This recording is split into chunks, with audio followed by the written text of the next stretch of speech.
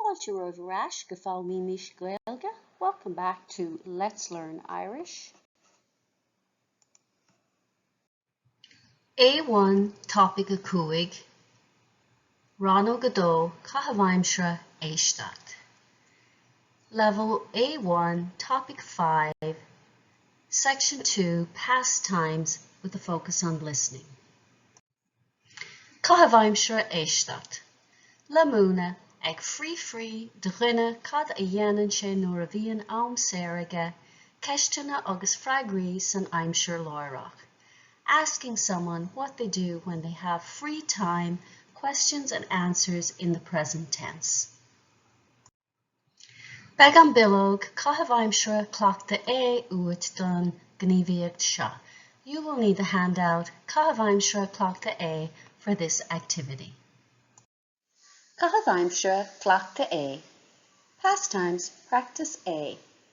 Féach cleachta Look at exercise A. Téir deisio ag féchant na gníomhaíochtaí an rá, agus éist leis na habairtí gearra sa bhíor éisteachta.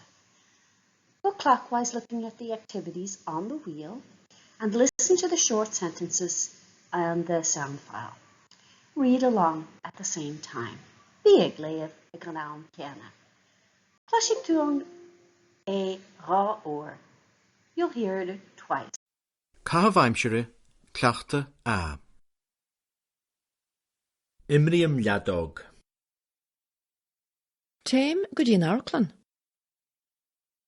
Shennim an piano. Imrím pell. Téim ag snáw. Fiacham an telefís. Imriam amaniacht. Téim chuig ceolchuirim. Téim go dtí an fictorlán. Téim chuig drama. Éistum le ceol. Téim go dtí an teachtarna. Éistum leis an nuacht. Seinim an gitar. Téim ag siúl. Fiacham scanán. Caitheamh Aimsire cleachta A. Imriam leadóg. Téim go dtí an airclan. Shennim an piano. Imrím pell. Téim ag snáw. Fiacham an telefís. Imriam amaniacht. Téim chuig ceolchuirim. Téim go dtí an fictorlán. Téim chuig drama. Éistum le ceol. Téim go dtí an teachtarna. Éistum leis an nuacht. Seinim an gitar. Téim ag siúl. Fiacham scanán.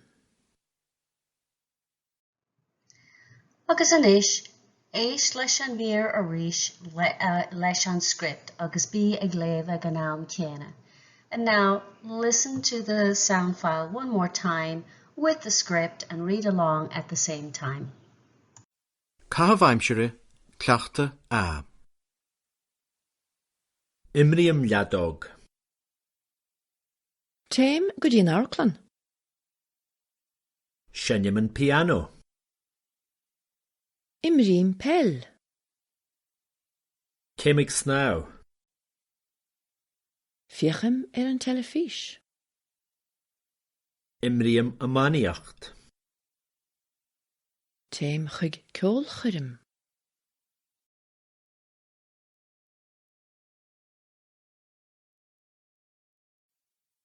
Téim go dtí an fictorlán. Téim chuig drama. Éistum le ceol. Téim go dtí an teachtarna. Éistum leis an nuacht.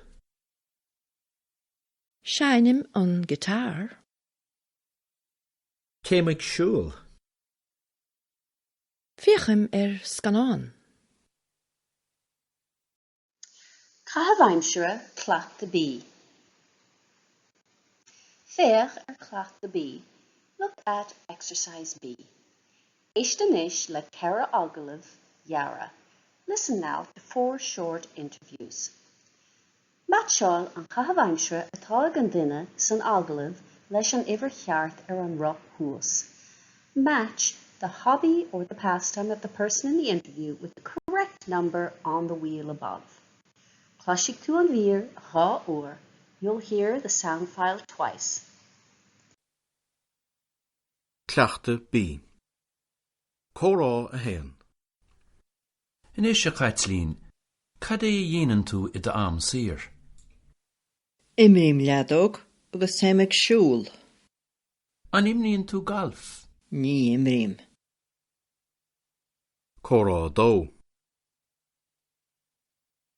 In Éisteacht, céir de dhéanann tú I Aimsire? Féacham mar an telefís agus céim go dtíon teach taibhirne. An imníonn tú peil? Imríam an isise sa ríis. Córá a trí. In Éisteacht, an imlíonn tú ómánaíocht? Ní rím, ach am rím peil. An éisteann tú leis an radio? Éistim. Córá a ceathair. An déann tú go dtí an fictiúlan go minic? Ní héim. Éistim le ceol agus seinim an gitár. Cleachta bí. Córá a héan. In Éisteacht lín, cad é dhéanann tú I Aimsire? Imrim leadóg agus téimeag siúl. An imníonn tú golf? Ní imrim. Córá dó. In Éisteacht, céir de dhéanann tú I Aimsire? Féacham mar an telefís agus céim go dtíon teach taibhirne. An imníonn tú peil? Imríam an isise sa ríis. Córá a trí. In Éisteacht, an imlíonn tú ómánaíocht? Ní rím, ach am rím peil. An éisteann tú leis an radio? Éistim. Córá a ceathair. An déann tú go dtí an fictiúlan go minic? Ní héim. Éistim le ceol agus seinim an gitár. Agus inis éis the ríis uair amháin eile leis an script. And now listen one more time along with the script. Cleachta bí. Córá a héan. In Éisteacht lín, cad é dhéanann tú I Aimsire? Imrim leadóg agus téimeag siúl. An imníonn tú golf? Ní imrim. Córá dó. In Éisteacht, céir de dhéanann tú I Aimsire? Féacham mar an telefís agus céim go dtíon teach taibhirne. An imníonn tú peil? Imríam an isise sa ríis. Córá a trí. In Éisteacht, an imlíonn tú ómánaíocht? Ní rím, ach am rím peil. An éisteann tú leis an radio? Éistim. Córá a ceathair. An déann tú go dtí an fictiúlan go minic? Ní héim. Éistim le ceol agus seinim an gitár. Agus inis na freagraí. Cait lín, uimhir héan agus a cúigteag. Anton, uimhir sé, uimhir dóiag, agus uimhir a ceathair. Peadar, uimhir a ceathair, agus uimhir a héanteag. Agus clár, uimhir a hocht, agus uimhir a ceathairteag. Beg an bilóg Caitheamh Aimsire an freagra is fearr uait an gníomhaíocht seo. You'll need the handout, Pastimes, the best answer for this activity. An freagra is fearr. the best answer. Seo liste d'Abertí bunathe an rá thuas. Here's a list of sentences based on the wheel above. Tá há aber luite le pictiúr éagsúla ach ceacha an ceann is fearr. There are two sentences with different pictures, but which one is the better one? Léine habertí fad agus Rannóg an ceann is fearr in ngach chás. So read all the sentences and pick the one that is the best in each case. Chuir líne faoin abert cheart. Put a line underneath the correct sentence. An sin léine habertí amach ó sword, and then read the sentences out loud. Agus inis na freagraí. Ibre chathair, imríonn pell. Pictiúr an líon, téim go dtí an fictiúrlan. Ibre héindeag, éistim le cheol. Ibre ceathairdeag, seanam an gitar. Ibre héin, imríonn ladóg. Ibre trí, seanam an piano. Pictiúr sé, féacham scanáin. Agus pictiúr a cúigdeag, téim ag siúl. Agus sin deire le Rannóg godó Caitheamh Aimsire, and that's the end of section 2, Pastimes, ag fífrí de ghuine cad a dhéanann sé nuair a bhíonn Aimsire ceistena agus freagraí san Aimsire lárach.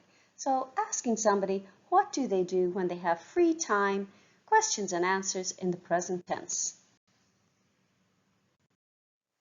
Tá na nótaí agus bilóga oibre le fáil in éineacht le cóid fuaimne agus nasca na cuisle, suíomh lúscartaí. The lecture notes and worksheets to accompany the course, along with the MP3 files and Quizlet links, this is a flashcard website, are available.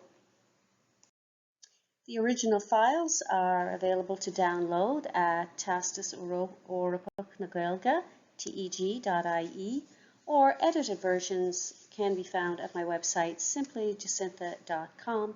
Direct link is in the description box below. Míle buíochas do Theastas Eorpach na Gaeilge as cead a thabhairt dom úsáid a bhaint as na háiseanna closamhairc atá le fáil ar a suíomh. Many thanks to Theastas Eorpach na Gaeilge for their information to use the learning materials and resources that are available on their website. Tásúlgam gur bhain sibh tanna bhas.